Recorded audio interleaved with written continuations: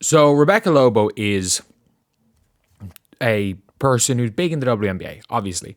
Went to UConn, ESPN's main commentator. Like, she is somebody that was a great in the WNBA, has been incredibly relevant, is one of the more famous historical female basketball players.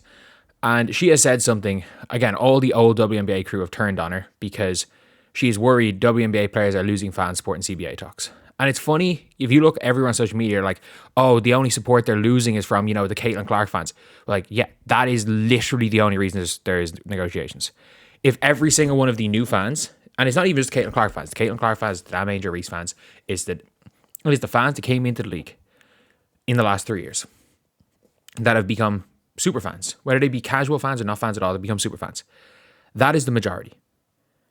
If the fact is correct that the majority and it's ironic that it's not that most people think the players shouldn't be paid. It's they think the players are fucking up these negotiations historically badly. Like, worse than Leeds had been in the 90th minute until today. Leeds. What a win. But if you guys see here, there's an article here on Awful Announcing. When a deal is presented, it's over $1 million max salary and revenue share, and it's called a slap in the face. Just use different words. And basically, that's what she said. She's basically just said, not even saying anything necessarily about the players, where it's like the average player rises from 120 to 530k, the max salary from 250 to 1.3 million. But the players have counted salary cap more than twice as high as the league's latest offer and have pushed throughout negotiation for caps tied directly to gross revenue, like it is for most men's leagues, almost prefer to set up a cap based on net revenue. Reason why? They don't own the whole league. They don't. Like, that is the problem. That is the problem there. They don't own the whole league. As these negotiations have gone on, it feels like some of the fan support is waning, and I think it's just been the language and verbatim, some of the sort of thing we've heard from the Players Association. I think the players just need to find a little more careful with how they're attracting things, because if you're working whatever job, max salary of 1.2 million, average salary of 500,000, I don't think it's fair. If you don't think it's fair, that's fine, but don't call it a slap in the face. And I actually agree with that. Like, my issue with this whole situation has not been that the players want to get paid more money, because I actually agree the players should get paid more money. I think the salary system, I think the players need to try have something. Like, I think the players need to try work towards whatever their end goal is. If they're not going to get to the 30% revenue split in this CBA, I think they need to put steps forward to eventually get to there. The problem is that we see it with Unrivals. The players are, we want money now, we don't give a fuck about the next generation. And that is like that from what I've taken into account. The crop of players that are in the PA don't give a flying fuck about the future players, because they're like, well, they made their money in NIL deals. Like, there is resentment towards those players from a lot of older players, because they made money in college where we didn't. They're going to make millions in WNBA, whereas we're not. So we need to get all this now so we can make money while we're here. Fuck them. Like, oh, if we end up not having a league, that's why they're all okay with Unrivals happening.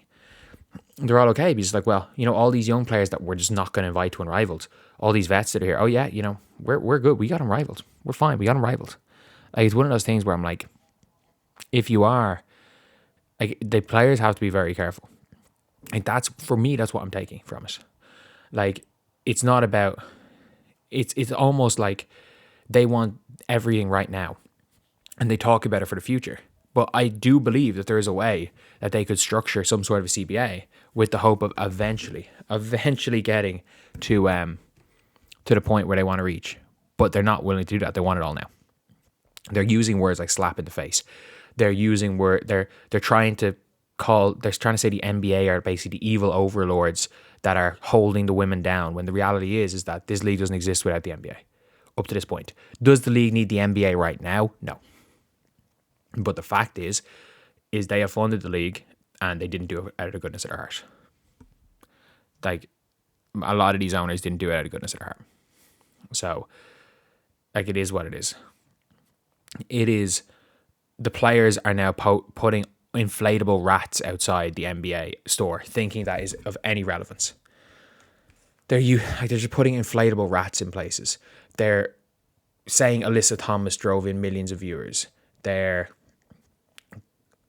they're out there saying we know how to run a sustainable business, when Unrivaled is averaging half the viewers of last year, and the first Unrivaled games averaged 30,000 live viewers, 30,000 on TV. Like,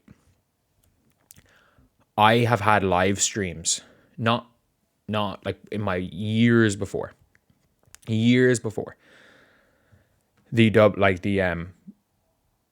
what you call it, I was making WNBA content. I've had live streams with 23,000 concurrent viewers, and that's on a fucking platform. That's on the Twitch platform. That was on Twitch, like, not on TV, where 15,000 people just are flicking through the channels and are like, let me watch this, and then flick off 30 seconds later. Like, it is what it is, with millions of people having access to TV. And Lobo's on the money. And looking at some of these responses, basically being like it's anti-player. She's not anti-player. Saying that the players shouldn't be... This is perfect here. You can support fair pay for the players, while also admitting the length and public nature of the CBA negotiations are killing fan interest in the W. Yes. Because these players are basically coming out and saying, you need to 1,000 extra salary, otherwise we're not playing. Like, I've never... Sorry, not 1,000 extra, Jesus. Times, raise it by 1,000%. Like 10 extra salary. If you don't 10 extra salary, we're not playing. Like, what are we doing? That has never happened in history. And the normal and it's one of those things where it's like, whatever about the billionaire owners, they're not profiting. They're still not going to profit on this league. These billionaire owners, even if you don't give a damn about the owners, if you're looking at the long-term sustainability of the league, there has to be some avenue for profit. There does, because this is not a European sports league where people have these teams play things. This is American. It's American. Everything's run by the almighty dollar. This is an American sports league. She's a tool for oppression, keep away from players. This is the bullshit. Some fans don't want to hear this, but she's right. She's absolutely right. Because she is a clan algorithm. It's like 1.1k likes. Like, that is one of those crazy things. Like, some of the rhetoric has been a bit troublesome. When a deal is presented, it's over $1 million max salary, and it's called a slap in the face. Imagine if you got offered a six times increase in your salary, or 7 times increase in your salary, and you basically went public and said, this is a slap in the face. You're like, it's not even that. Maybe it's not a fair salary, but you can't call a 700% increase in salary. You can't go out there and say a 700% increase in salary is a slap in the face. Because, by the way, because of the way the CBA is, there are teams that nobody deserves to get paid $1 million. Like, I'm sorry. There are, if Paige Bueckers was not on the Dallas Wings, not one of those players deserves $1 million. Like, that franchise would be, like, there are franchises that are burning money. There is no player on the Phoenix Mercury, because the amount of money it costs to run the Mercury, there's no player in the Mercury that deserves $1 million, even though they made the finals. Because at the end of the day, people, like, they don't generate enough money. There are players that were way over $1 million. Like, Angel Reese worth over $1 million, Paige Bueckers worth over $1 million, Breanna is worth over $1 million, Caitlin Clark's worth 50. If there was no salary cap, Caitlin Clark would be making $20 million next year. That's a fact. But yeah, look, it is what it is. It is what it is. Lobo's right. They don't want to hear it. They want the league to continue to be a charity. They think angry letters towards the WNBA are encouraging fans to write angry letters to Adam Silver. What the fuck does Adam Silver have to do with anything? Genuinely, what does he have to do with anything? Like, he has nothing to do with this. They are literally just trying to piss off his assistant. Like, that's the only outcome is going to come from writing angry letters to Adam Silver. It's like me saying, I don't know, I'm just trying to think if I'm annoyed at somebody. But, like, they know better. That's the worst thing about it. The PA knows better, and they think Adam Silver and Kathy Engelbert, because they just don't like them. They just don't like Kathy Engelbert, and they're blaming everything on Kathy. Kathy's a fucking middleman. They're blaming the middleman on a deal not being done. They're blaming Kathy on not getting the money. Like, they're meant to be a professional organization, and they're blaming the commissioner. She's a fucking middleman. And that's the thing. Like, everyone sees all this stuff with other leagues. And the league could absolutely go into lockout. But like, there has never been a sports league that's offered the percentage increases in a CBA that the WNBA have gotten. And it seems like they're overplaying their hand and they're panicking.